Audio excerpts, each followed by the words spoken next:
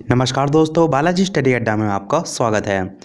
जैसे कि डेली हम आपको 10 करंट अफेयर प्रोवाइड करा रहे हैं, तो आज से ये जो क्रम है वो बदलने वाला है। क्यों? क्योंकि आज से हमने कल आपको बताया था कि जो करंट अफेयर है उसके संबंध में काफ़ी चीज़ें बदल रही हैं। जैसे कि अब से हम जो करंट अफेयर उनकी संख्या 10 निश्चित नहीं रखेंगे। जितने भी जो सबसे ज़्यादा इम्पॉर्टेंट पॉइंट हैं, भले 2 ही प्रश्न क्यों ना हो, केवल हम उनको ही आपके लिए लेकर आएंगे। तो यहाँ पर हमने कुल 6 प्रश्न आज के लिए जो है वो रखे हैं। दूसरा बदलाव, जो आप प्रश्न देखेंगे उसमें उत्तर पहले से हाईलाइटेड नहीं होंगे। क्यों? आप प्रश्न देखिए, उत्तर सोचिए जब तक मैं प्रश्न पढ़ रहा हूँ, और उसके बाद जो सही उत्तर है वो बताया जाएगा और उसके बारे में डिटेल जो जानकारी है वो भी बताई जाएगी। ये तरीका आपको पसंद आए तो वीडियो के मेन कमेंट में अवश्य बताइएगा। तो चलिए देखते हैं, आज हम 25 मई 2020 की करंट अफेयर और पिछली करंट अफेयर साइड में आई बटन में वीडियो मिल जाएगा। तो पहला प्रश्न है आपका कि मई 2020 में जो कि अभी चल रहा है, निम्न में से किसने व्हाट्सएप पर आस्क आयुष्मान चैटबॉट जो है वो लॉन्च किया है। मेरी पूरी कोशिश रहेगी कि आज के जो 6 प्रश्न हैं आपको साथ में याद भी हो जाएं।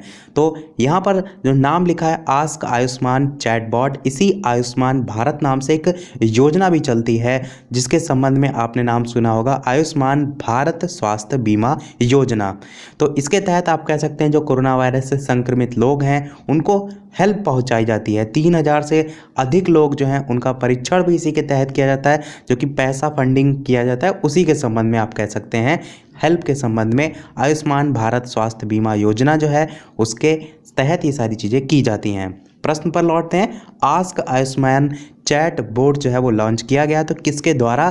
तो ये जो है वो डॉक्टर हर्षवर्धन जो है इनके द्वारा लॉन्च किया गया है। बात करते हैं भारतीय जो कैबिनेट है उसमें जो मंत्रिपरिषद में किस पद पर हैं डॉक्टर हर्षवर्धन, तो स्वास्थ्य और परिवार कल्याण और उसके साथ साथ विज्ञान और प्रौद्योगिकी और पृथ्वी विज्ञान मंत्री जो हैं उसके पद पर हैं। और सबसे महत्वपूर्ण चीज़ जो आपको याद रखनी है वो कि जो मैंने अभी आपको 1-2 दिन पहले बताई थी करंट अफेयर में कि WHO जो एग्जीक्यूटिव बोर्ड है उसके चेयरमैन के रूप में इन्हें जो है वो चुना गया है। तो ये भारत के लिए बहुत बड़ी बात है, इसलिए आपको ये पता होना बहुत ज़्यादा ज़रूरी है।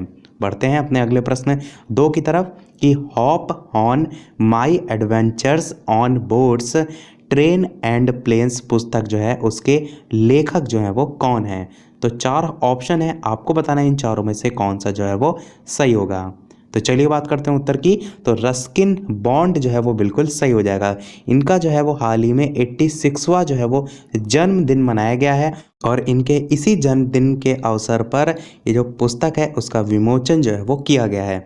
और इस पुस्तक में जो नाव है, ट्रेन है, विमान है, उनके कारनामों के बारे में जो है वो बताया गया है। अगला प्रश्न देखते हैं तीसरा कि मई 2020 में कौन विश्व की सबसे अधिक वेतन पाने वाली महिला एथलीट जो है वो बन गई हैं। तो 4 ऑप्शन है, आपको बताना है इन चारों में से कौन सा सही होगा।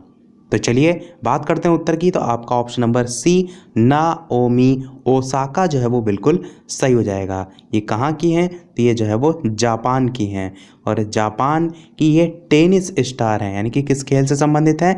तो ये टेनिस से जो है वो संबंधित हैं और इन्हें विश्व की सबसे ज़्यादा वेतन प्राप्त करने वाली जो महिला एथलीट है उसका जो है वो दर्जा प्राप्त हुआ है। बात करते हैं कितना वेतन, तो 12 महीनों में 37.4 मिलियन अमेरिकी डॉलर और यूरो में इसी को बात करें तो 34.3 मिलियन यूरो जो है कमाई का इन्होंने रिकॉर्ड बनाया है। और अन्य क्षेत्र में यदि बात करें तो नाओमी ओसाका जो है वो 2 बार ग्रैंड स्लैम जो चैंपियनशिप है वो भी जो है वो जीत चुकी हैं। तो ध्यान रखिएगा, आपका ये ऑप्शन बिल्कुल सही हो जाएगा। बढ़ते अपने अगले प्रश्न 4 की तरफ। राष्ट्रमंडल दिवस जो है वो कब मनाया जाता है? 4 ऑप्शन दे रखे हैं, आपको बताना इन चारों में से कौन सा सही होगा।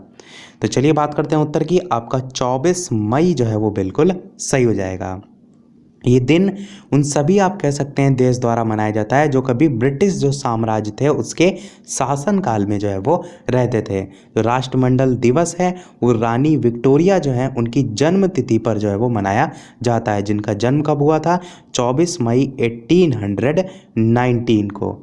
तो 1819 और 24 मई को जो है वो जन्म हुआ था, तो उनकी जन्म तिथि के अवसर पर ही जो है वो मनाया जाता है। और इसी दिवस को यानी कि राष्ट्रमंडल जो दिवस है, इसी को पहले 1916 के बाद जो है वो महारानी जो विक्टोरिया हैं उनके जन्म के उत्सव के रूप में एम्पायर डे के रूप में जो है वो नामित किया गया था। पर अब जो है इसका नाम बदल दिया गया। तो पहले नाम क्या था? Empire day. बढ़ते हैं अगले प्रश्न 5 की तरफ। कोरोना वायरस महामारी के बीच संयुक्त राष्ट्र में भारत के नए स्थायी प्रतिनिधि के रूप में किसने जो है वो पदभार ग्रहण किया है? तो 4 ऑप्शन है, आपको बताना है इन चारों में से कौन सा सही होगा। तो चलिए बात करते हैं उत्तर की। तो आपका option number A T.S.. Tirumurti जो है वो बिल्कुल सही हो जाएगा। कोरोना वायरस जो महामारी है उसके बीच संयुक्त राष्ट्र में भारत के नए स्थायी प्रतिनिधि के रूप में इन्होंने जो है वो पदभार ग्रहण किया है। और इससे पहले इस पद पर कौन था? तो अकबरुद्दीन जो है वो इससे पहले इस प्लेस पर थे, परंतु आपको वर्तमान ध्यान रखना है तो टी.एस. तिरुमूर्ति जो है वो ध्यान में रखिएगा। और तिरुमूर्ति जो है इन्होंने पहले नई दिल्ली में जो विदेश मंत्रालय है उसके मुख्यालय में भी आर्थिक जो संबंध है उनके सचिव के रूप में जो है वो कार्य किया था। बढ़ते हैं अपने लास्ट प्रश्न की तरफ। मैंने बताया था कि कुल 6 प्रश्न हम देखेंगे। और इसके अलावा वीडियो पसंद आए तो वीडियो को लाइक भी अवश्य कर दीजिएगा। प्रश्न आपका क्या है लास्ट, कि खनिज कानून संशोधन विधेयक 2020 निम्नलिखित में से किस अधिनियम में संशोधन जो है वो चाहता है? तो 4 ऑप्शन है, आपको बताना है इन चारों में से कौन सा सही होगा। तो चलिए बात करते हैं उत्तर की। तो आपका पहला और दूसरा दोनों सही हो जाएगा, यानी कि खान और खनिज विकास और विनियमन अधिनियम 1957 भी, और कोयला खान विशेष प्रावधान अधिनियम 2015 इसमें भी। तो लोकसभा जो है उसने जो खनिज कानून संशोधन विधेयक 2020 आप देख पा रहे हैं प्रश्न में पूछा गया है, इसको जो है वो पारित किया है। और ये दोनों ही यानी कि खनिज कानून जो संशोधन विधेयक है जिसमें दोनों आ जाएंगे, इसको संसदीय कार्य मंत्री जो प्रहलाद जोशी हैं उन्होंने विमर्श और पारित करने के लिए स्थानांतरित जो है वो किया था। तो ये विधेयक इन दोनों में जो है वो संशोधन चाहता है। तो ध्यान रखिएगा ये किससे संबंधित है और किस में संशोधन जो है वो चाहता है। तो इसी के साथ हमारे प्रश्न समाप्त होते हैं। बढ़ते अपने डेली प्रश्न जीके की तरफ। तो जैसे कि सभी वीडियो में हम आपसे एक न एक प्रश्न पूछते हैं, इस वीडियो का आपके लिए प्रश्न ये है कि भारतीय नेपोलियन जो है उसकी उपाधि किसे दी गई है? तो भारतीय नेपोलियन की उपाधि किसे दी गई है? 4 ऑप्शन दे रखे हैं, आपको बताना है इन चारों में से कौन सा सही होगा। ऑप्शन ए, बी, सी या डी।